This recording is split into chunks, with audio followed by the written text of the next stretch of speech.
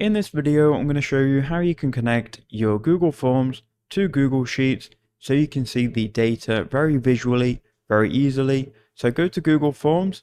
Once you're in Google Forms, find the form you want to connect your Google Sheets to. So I'm going to click on this untitled form here. This is just a very simple research form that I've created just for the video. As you can see, this form already has 4 responses. Now, if you wanted to connect these responses and put them into a table in Google Sheets, all you need to do is go to the responses section, then click View in Sheets.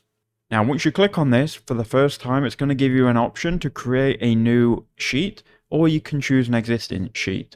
Go ahead and then do that, and then once you've done that, it's going to be a very simple box. Just create a new sheet, and then it's going to open up all of the responses here in Google Sheets. Now, what should happen from now, when you go ahead and get a new response, it should then add to Google Sheets. So let's just try this together.